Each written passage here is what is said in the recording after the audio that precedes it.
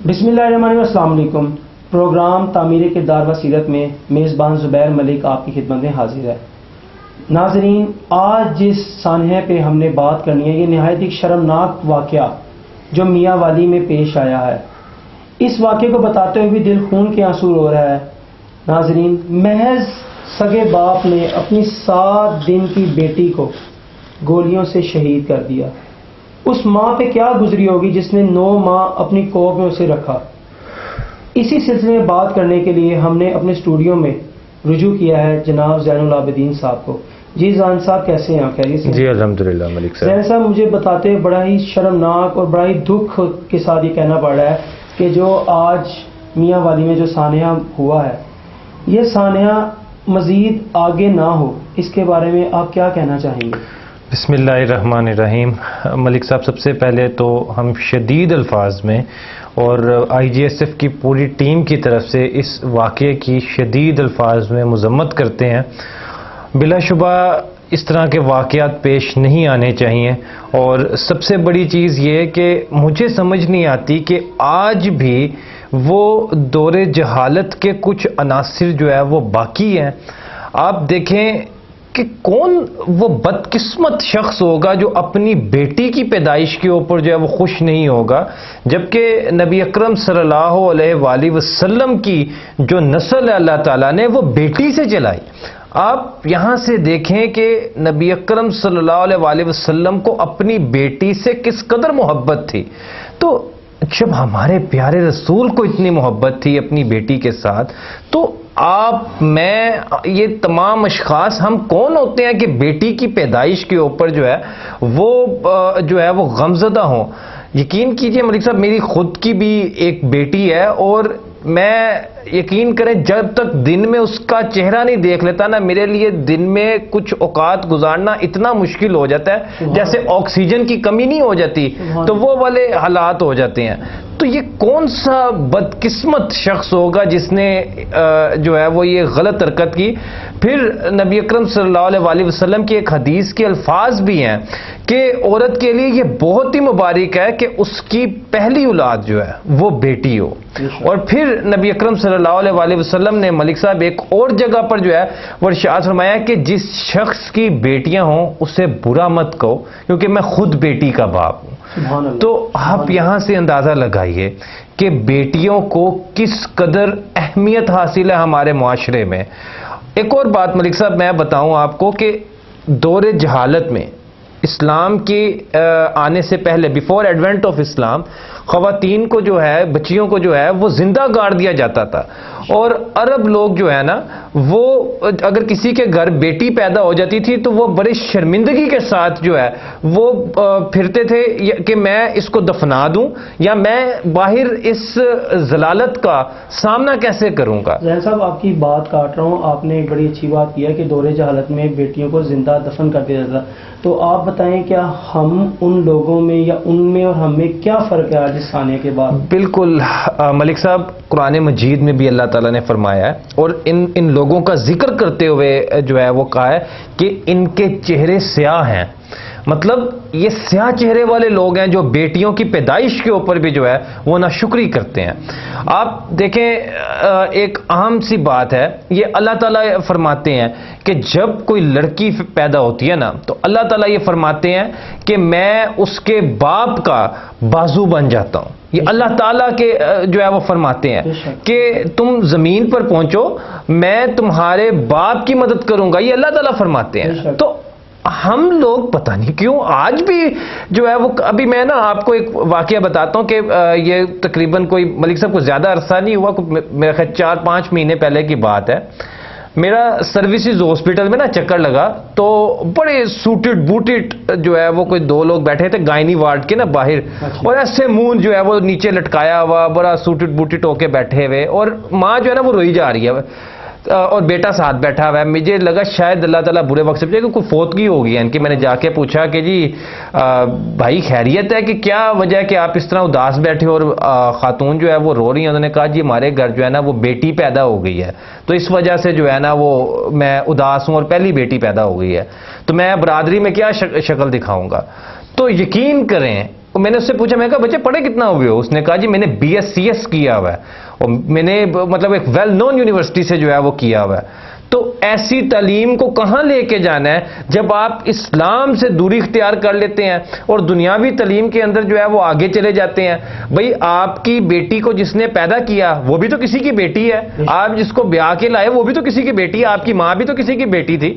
اور خدا کا خوف کھاؤ یار، آج کے دور میں بھی آپ جو ہے وہ اس جہالت والی سوچ کو جو ہے وہ ذہن میں رکھتے ہو۔ تو میں ملک صاحب اس کے اوپر میرے پاس الفاظ ختم ہو جاتے ہیں۔ زین صاحب آپ نے بڑی اچھی بات کی ہے کہ آپ بھی ایک بیٹی کے باپ ہیں، جو مطلب محض اگر اپنی بیٹی کی شکل نہیں دیکھتا تو اس کا دن نہیں گزرتا۔ سیم اسی طرح میرے ساتھ بھی ہے، میں بھی الحمدللہ ایک بیٹی کا باپ ہوں، اور میری بیٹی میرا فخر ہے، میرا غرور ہے الحمدللہ۔ میں یہ ان لوگوں کے صرف ایک پیغام دے رہا ہوں جو محض بیٹیوں کو ایک حقیر نظر سے دیکھتے ہیں۔ میری بیٹی میرا غرور ہے، میرا فخر ہے الحمدللہ۔ زین صاحب صرف اتنی سی بات میں بتائیے گا کہ اسلام میں عورت کا کیا مقام حاصل ہے، اور یہ ہمارے جو ایسے جو جاہل لوگ ہیں، میں تو ان کو جاہل ہی کہوں گا، سیدھی بات ہے کہ میں ان لوگوں سے اپنی زبان کیوں ہٹاؤں، تو ان لوگوں کے بارے میں آپ کیا کہیں گے؟ دیکھیں نبی اکرم صلی اللہ علیہ وآلہ وسلم کا یہ فرمان بھی ہے ملک صاحب کہ اللہ تعالیٰ نے جس کو 3 بیٹیاں دیں اور اس نے ان کی اچھی پرورش کی تو وہ قیامت کے دن جو ہے وہ میرے ساتھ جنت میں ہوگا۔ آپ یہاں سے اندازہ لگائیں، اور کس کو کہہ رہے ہیں؟ جس کی 3 بیٹیاں تھیں۔ اچھا، پاس جب نبی اکرم صلی اللہ علیہ وآلہ وسلم نے یہ ارشاد فرمایا نا تو پاس ایک صحابی بیٹھے ہوئے، تو انہوں نے پوچھا یا رسول اللہ جس کی 2 بیٹیاں ہوں وہ؟ آپ صلی اللہ علیہ وسلم نے فرمایا کہ وہ بھی جنت میں جائے گا اگر وہ ان کی اچھی پرورش کرتا ہے۔ پھر ایک اور صحابی کھڑے ہوئے کہنے لگے یا رسول اللہ جس کی 1 بیٹی ہو؟ آپ صلی اللہ علیہ وآلہ وسلم نے فرمایا کہ وہ بھی جنت میں جائے گا اگر وہ اس کی اچھی پرورش کرتا ہے۔ یہاں سے اندازہ لگائیں کہ بیٹیوں کو کیا فوقیت حاصل ہے۔ ابھی یہاں سے آپ اندازہ لگائیں کہ آخر کوئی وجہ تو تھی کہ ہمارے پیارے نبی نے، ہمارے مذہب نے بیٹیوں کا باقاعدہ وراثت میں جو ہے وہ حق مقرر کیا، مطلب اتنی اہمیت حاصل تھی۔ وہ عورت جس کو اسلام کی آمد سے پہلے زندہ دفن کر دیا جاتا تھا اس کو وراثت میں حق دیا۔ تو آج بھی مجھے بڑا افسوس ہوتا ہے، یقین کریں میں نے آج سے بھی صبح فیس بک کھولی، سوشل میڈیا دیکھا، پتہ نہیں کیا ٹرینڈ چل رہا ہے کہ پاکستان جو ہے وہ خواتین کے لیے سیف نہیں ہے، پاکستان جو ہے وہ بچیوں کے لیے سیف نہیں ہے۔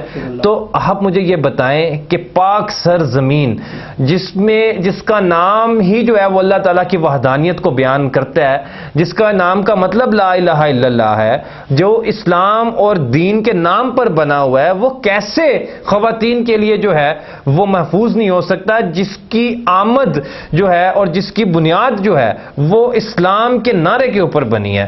تو خدا کے لیے میں پاکستانیوں آپ سے گزارش کرتا ہوں کہ اس طرح ہمیں بہت دکھ ہے، یقین کیجئے اس واقعے کا ہم دلی طور پر جو ہے وہ مذمت کرتے ہیں، لیکن کم از کم اس سارے واقعے کے اندر کچھ لبرلز اور لنڈے کے لبرلز کے ہاتھ کے اندر آ کے جو ہے وہ اپنے وطن کو بدنام نہ کریں۔ زین صاحب میں آپ سے ایک بات عرض کرنا چاہتا ہوں کہ جو آپ نے بات کی ہے، محض اس باپ نے بھی کسی وجہ سے ہی اپنی بیٹی کو شہید کیا ہوگا، تو کیا اس کے صرف وہ باپ ہی ذمہ دار ہے، بدبخت باپ ذمہ دار ہے، کہ پورا معاشرہ ذمہ دار ہے جو اس کو تانے دیتا ہے ایک بیٹی کے پیچھے؟ دیکھیں میرے مطابق تو 1000% باپ بھی ذمہ دار ہے، 1000%۔ معاشرہ جو مرضی کہتا، ایک شخص کو سٹینڈ لینا آنا چاہیے۔ بھئی آپ کو نبی اکرم کو تو جو ہے وہ طائف کے اندر جو ہے وہ کنکر بھی مارے گئے نا، کہ آپ صلی اللہ علیہ وآلہ وسلم کو اس لیے کنکر مارے گئے کہ آپ جو ہے وہ اپنی جو دین کی تبلیغ ہے اس سے پیچھے ہٹ جائیں۔ آپ تو نہیں ہٹے، آپ کھڑے رہے نا، آپ دین کی تبلیغ کرتے رہے، تو ہمیں سکھا کے گئے کہ حق اور سچ کے اوپر کھڑے ہو جو۔ بھئی اپنی حق حلال کی بیٹی ہے نا، کیوں معاشرے نے تانے دینے تھے؟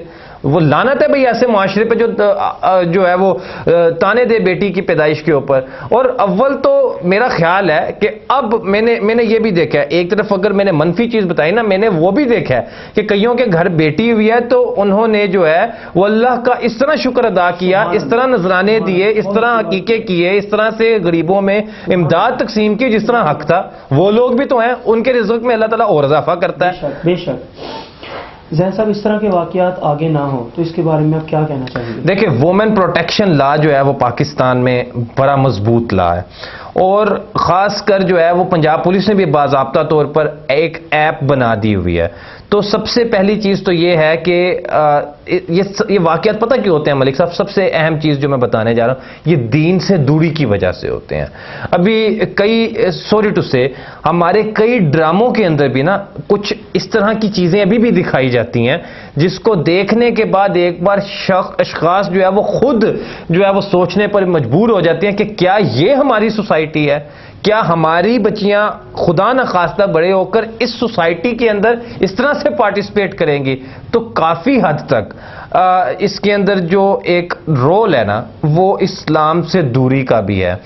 تو ہمارے اسکولوں کے اندر خاص کر بچیوں کو جو ہے وہ خواتین کے اسکولوں کے اندر بھی یہ تربیت دینی چاہیے، پردے کی جو ہے وہ تعلیم دینی چاہیے، اور ساتھ ہی ساتھ جو ہے وہ بچیوں کو جو ہے وہ یہ سکھانا چاہیے کہ فاطمہ الزہرا نے جو ہے وہ کس طرح سے اسلام اللہ علیہ نے کس طرح سے اپنی زندگی گزاری. تو یہ وہ چیزیں ہیں جس سے شاید اگر ہم اسلام کے نزدیک جانے کی کوشش کریں تو جہالت خود بخود ہم سے دور ہوتی جائے گی. زین صاحب بہت بہت شکریہ آپ کا. میں ناظرین سے ایک درخواست کرنا چاہوں گا کہ اس معاملے میں آپ خاموش نہ رہیں، کیونکہ حضرت صالح علیہ السلام کی اونٹنی کے صرف 4 قاتل تھے، لیکن پوری قوم غرق ہوئی تھی کیونکہ ان کا محض جرم یہ تھا کہ وہ خاموش رہے تھے. آنے والے دنوں میں ایسے واقعات نہ ہوں اور ہماری بہن بیٹیوں ماؤں کی اللہ تعالیٰ حفاظت خود فرمائے، اور اللہ تعالیٰ ہمیں اتنی طاقت دے کہ ہمیں اتنی نیکی کے ذریعے دے کہ ہم خود ان کی حفاظت فرمائیں. تو قیامت خود بتائے گی کہ قیامت کیوں ضروری تھی. اسی کے ساتھ ہی میں اپنے وزیر اعظم پاکستان جناب عمران خان صاحب کو اور وزیر اعلیٰ پنجاب سید عثمان بزدار صاحب کو یہ ریکویسٹ کروں گا کہ خدا را اس شخص کو کیفر کردار تک ضرور پہنچائیں تاکہ آنے والی نسل کو اس چیز کی کوئی عبرتناک کوئی سبق حاصل ہو سکے. آپ کا بہت بہت شکریہ. میں مزید اس بارے میں ہم نہیں کچھ کہہ سکتے. اللہ تعالیٰ اس بچی کو اپنی جنت میں جگہ عطا فرمائے اور اس کی ماں کو، اس کے گھر والوں کو صبر جمیل عطا فرمائے. السلام علیکم ورحمۃ اللہ.